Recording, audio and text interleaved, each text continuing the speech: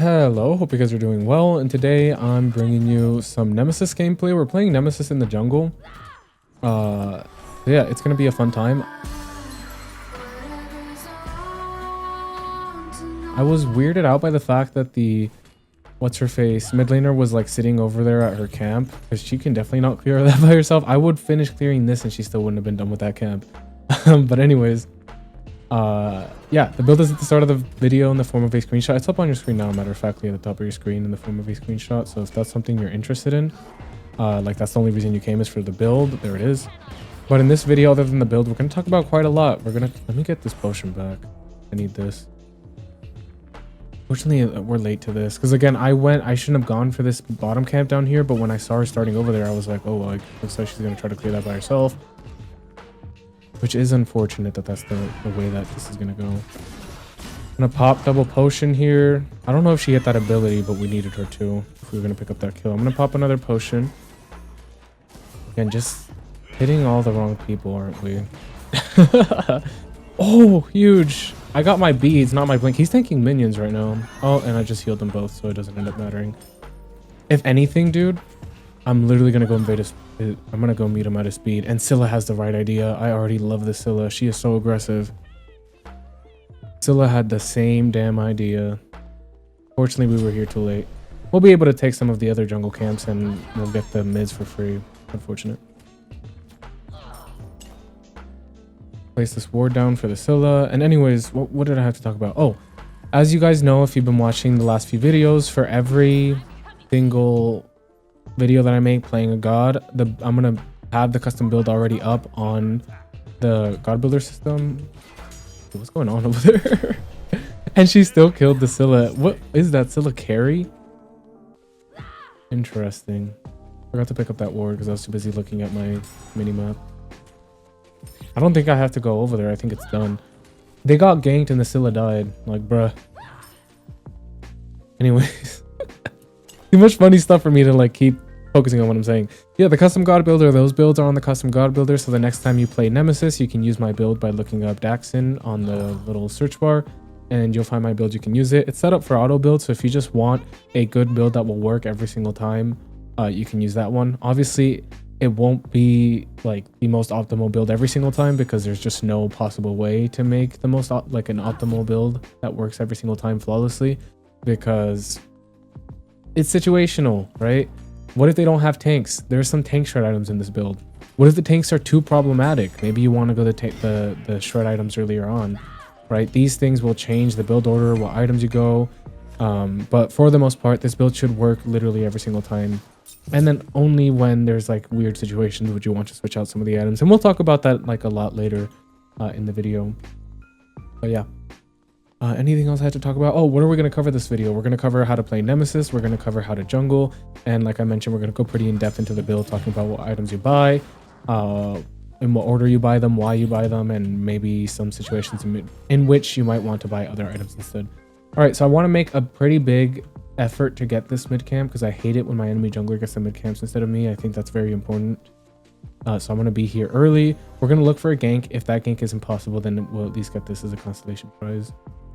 He went in on him. He has no escape. Hit the ultimate. That's his Aegis down, so I'm going to be able to do some good damage here. I'm going to go ahead and beads, lock him in place, and we'll be able to pick up that kill. However, I am in a really dire situation where I'm most probably going to die without my shield up. Unless he goes for her. He can't kill her. He could have killed me. And now he just dropped the kill. That's so unfortunate for him. I'll be able to clear this and then take my back. So obviously we weren't able to pick up the mid camp. I'm not too mad about that. We managed to kill the Baron and got his Aegis too alongside his ultimate. So now next time I get the opportunity to, before his ultimate is back up, before his Aegis is back up, I'm going to go back in on him. And that's basically just managing who actives are down. Obviously I can't know if the dual laner actives are down unless they tell me. But I know for a fact that Barons are down, so now I should probably gank him again before I try to go into other lanes, just to ensure that we get like a free kill. Because there are going to be situations and the kind of circumstances that lead to a kill being super easy to get. And when you measure that up against the unknown of ganking another lane that you don't know the circumstances going on over there, it kind of is worth just to gank this lane again over trying something in a lane where I don't know if it's going to go our way. So if I see this Baron again, my ult's up in 9 seconds. I'll go in on him again. What's his build? He has cooldown reduction from this. I have Jotuns. I have a lot more cooldown reduction. His ult should be up by the time I get there. Maybe he'll have to wait a couple seconds before using it, but his ult in and of itself isn't that big of a problem. It's the Aegis that I care about being done. Oh, beautiful ultimate. Damn, this Scylla don't care. He just does not care. Beautifully done, Scylla. And now, obviously, this enemy jungler is not going to be able to do much with his level 5. With him being level 5. Now, the mid laner is basically super far ahead, just off of the Baron being not in lane to farm for 2 cycles in a row. So I'm going to let her get her farm, and I'm going to look at attacking the right lane here and see if we can get anything done over here. All of the jungle camps are down right now, so if I gank here, whether it's successful or not, I'm going to be able to back in time to get my stuff. They're pushing pretty hard under tower, so I don't think we'll be able to kill them. They killed them without me, and now him out of position. If Scylla can get a root here, I'll body block that no problem, and when he lands, Scylla's going to hopefully hit the root. He didn't. We're on him though. He doesn't get away from this, unfortunately for him. And now maybe even a Gold Fury. We have a Ra, we have healing, we have Scylla. What is it? I'm trying to think of the word that I'm trying to think of. We have Scylla secure with the second ability, and we have me to peel if it comes down to it. So it should be a pretty easy Gold Fury.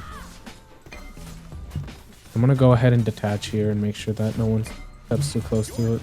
Nice. And then now we're back here just to clear the jungle camps in time. That's going to be your main focus as a jungler.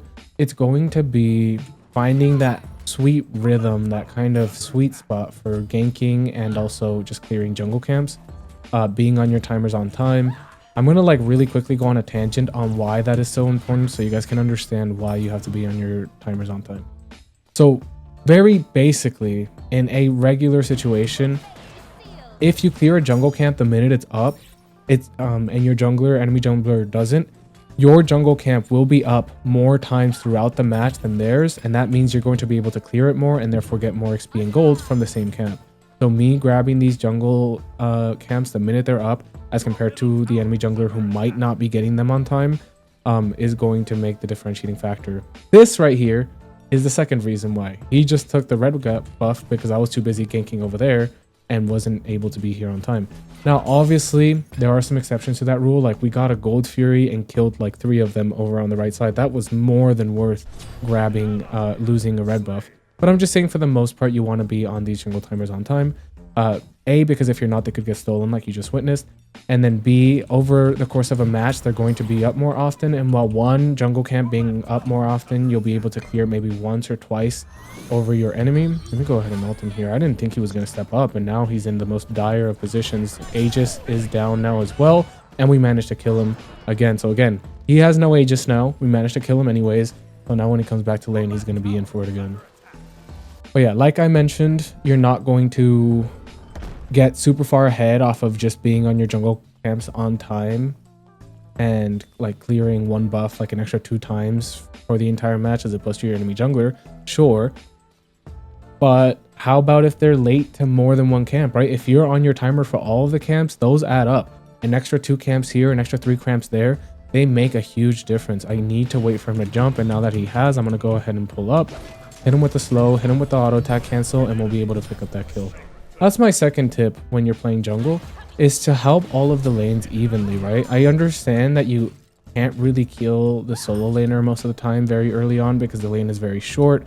They oftentimes are very tanky, so it gives them the opportunity to get under tower before you can kill them. And then obviously on top of that, an assassin isn't really equipped to fight a solo laner earlier on. But what you can do is gank the mid laner once or twice, gank the ADC once or twice, and use the golden experience that you gained from that to, you know, gain a lead, use that lead that you made. Ooh. I do have my ultimate here. This isn't too bad. Ra's here to give us some healing. And I'll go and pick these up.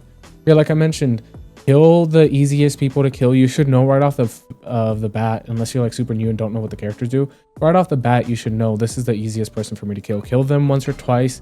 Kill the mid laner once or twice, and then you'll be far enough ahead towards where you can walk up to the solo laner and kill him too. Like, obviously, if you have an opportunity to get a free kill in the lane, then you should take it. But at the same time, don't just gank the same lane over and over again, when at the end of the day, once you kill them like 5 times, it's no longer even worth going to that lane. It honestly harms that laner to go up and take their farm, as opposed to just letting them run that lane on their own. And you could be using that valuable time that you're wasting making the 0-5 Baron 0-6, helping out the solo laner that actually does need help this match. Obviously, that doesn't mean that you're just gonna... There are some lanes that can't be ganked and can't be helped, like they're too far gone. You have to find a balance between clearing jungle camps, between ganking certain lanes and not other certain lanes. This is all... There's no right way to go about it. You really do have to use your intuition and kind of examine the situation.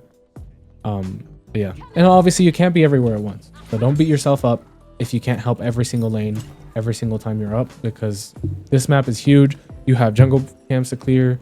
Everybody needs help. You're not going to be able to be everywhere all at once. We'll talk about the build pretty in-depthly here in a second, showing him that he's getting ganked here. Retreat. We'll talk about the build pretty in-depthly here in a second. I need to place these wards down. I've been holding them for like the entire game. But first, I want to talk about a couple of things right before we finish assisting this. Ullr jumped in. Now no longer has an escape. Did end up using the beads. I'm going straight for the Scylla. I'm going to hit her with the ultimate into the auto attack cancels, and we'll be able to pick up that kill pretty easily. And the beautiful cripple by the Scylla will allow us to easily kill this gap as well. And now another Gold Fury seems like will be easy to get. They're going to do the Gold Fury. I'm going to make sure that he's nowhere near it when we do end up doing it. And my job here is to just make sure that no one pulls up to steal this, but I doubt they're going to pull up. They're extremely far behind. We just killed quite a great deal of them. We should be able to get this for free. Very well done. There's not enough time in the world, in this video at least, for me to go over absolutely everything in detail of what you need to know for jungling, but I hope some of these tips have helped at least a little bit. Now I'm going to go ahead and clear these and then back, and then see what we can do after that. All right, now that I'm find myself on this side of the map, I'm gonna go try and kill the Ullr. I'm sure they got him earlier. I wasn't paying too much attention. There's his jump. Hoping he doesn't back, hoping he stays, and I can pull up and gank him under tower. If he tries to stun me under tower, I can easily just bead it and kill him through it. He didn't see me. I'm just gonna bait his jump here. Nice, he's dead. Well done. I was waiting for the stun. He was too focused on the Ganesha to actually try and hit me with it. Either way, he would have died. If he hit me with it, he dies. If he hits the Ganesha with it, he dies too. Like, there's no real way to escape that. And now we have some jungle camps to clear. You know, these I tend to quite ignore when I play jungle. I just totally forget they exist half the time. That's something I need to work on because they are quite powerful. Not only do they give a really decent amount of golden experience, but these little rocks that you can pick up are quite powerful as well. Alright, Ganesh can clear the blue by himself. I don't really need to take his experience much. I'll just clear this red and then start running towards the speed. Again, I'm not saying that you have to be on the jungle camp timers the minute they're up. I'm just saying that you need to like not ignore the jungle camps. In terms of the enemy jungler, we're infinitely far ahead. 9,000 gold to 8,000, so 1,000 gold lead. A little bit over 1,000 gold lead. And then in terms of levels, well, you guys can take a look. It's pretty bad for the enemy team at this very current moment, and everyone is doing well across the board. ADC lane kind of had it handled. We did have to pull up to help the solo laner twice. We already helped Scylla gain insurmountable lead. She's gonna be fine for probably the remainder of the game. She's just chilling. Now dash down on him. Hopefully we run into the Scylla here. No, I'll take him. He has no escape. I don't have any teammates with me though. Thanks for shielding me. She's going to use her escape. He's going to ult me for some reason. They're doing like negligible damage. I can't stop that, unfortunately. That was a lot of damage.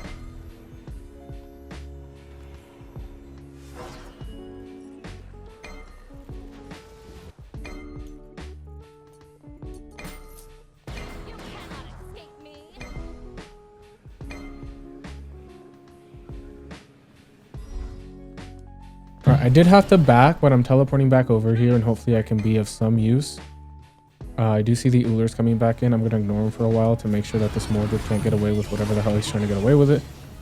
I'm going to chase him for sure.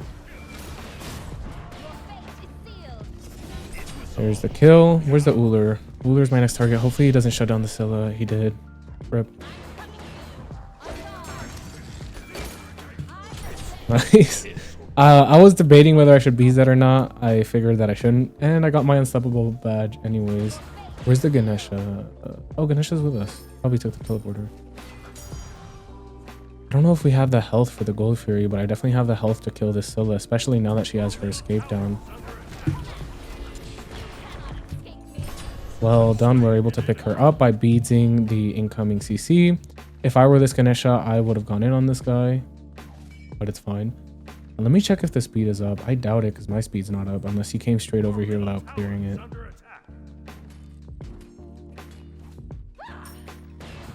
I'm just gonna run through their entire jungle, clearing their timers. I don't have any buffs up at the very current moment. So, ooh, wait a minute. I don't have beads. I'm fine. He literally used everything and I'm gonna live. Oh, that's so unfortunate for them. What did I die to? He's like a mile away. What the hell? What did I die to? I died to the Baron.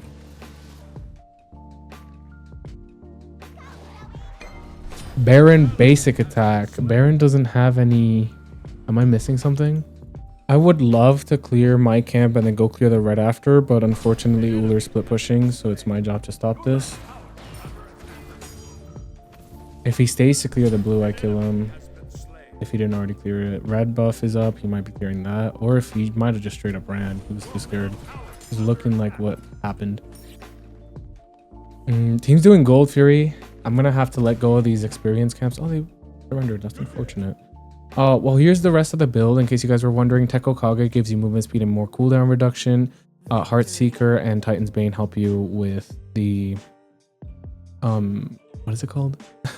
Enemy tanks. I'm gonna talk a little bit in depth about the items since they surrendered. Usually I talk about it at the end of the game, but they ended it early. But I hope you guys still learned something from that video.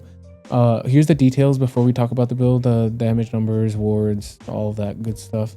Anyways, right before I get started just going in depth about the build, I'm going to quickly mention that if you did enjoy that video, make sure to like, comment, and subscribe. Specifically subscribe with notifications on so you don't miss out on any future videos. I post anything from, I don't know if I mentioned this already, so if I did, I'm sorry.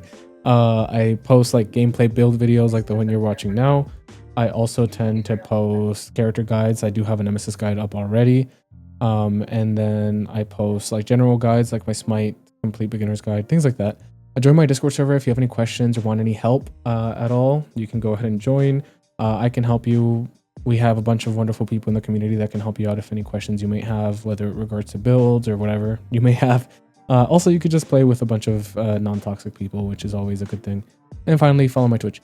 First of all, Bumba's Dagger is really good because it allows you to clear very effectively in the early game. And it gives you some attack speed, which is nice when executing some of the combos. Jones Revenge gives you a lot. You get a decent amount of strength in the early game, but specifically that 25% cooldown rate is insane. Your passive on this item is insane, giving you even more cooldown, and it just allows you to be very aggressive very early on. Crusher is a similar kind of deal. This one is cooldown reduction, but also leans into more power than Jotun, so you get a large amount of power, very good damage from the passive. And then on top of that, you get cooldown reduction. And that's kind of the main gist of it. Early game with Nemesis, when you're going this type of build, you're trying to go cooldown reduction very early on. Speaking of cooldown reduction, Hydra's Lament, 10 cooldown reduction, strength, and the wonderful passive. With Nemesis, you want to be auto attack canceling, throwing in those auto attacks in between each and every single ability. The cooldown reduction is going to help with that.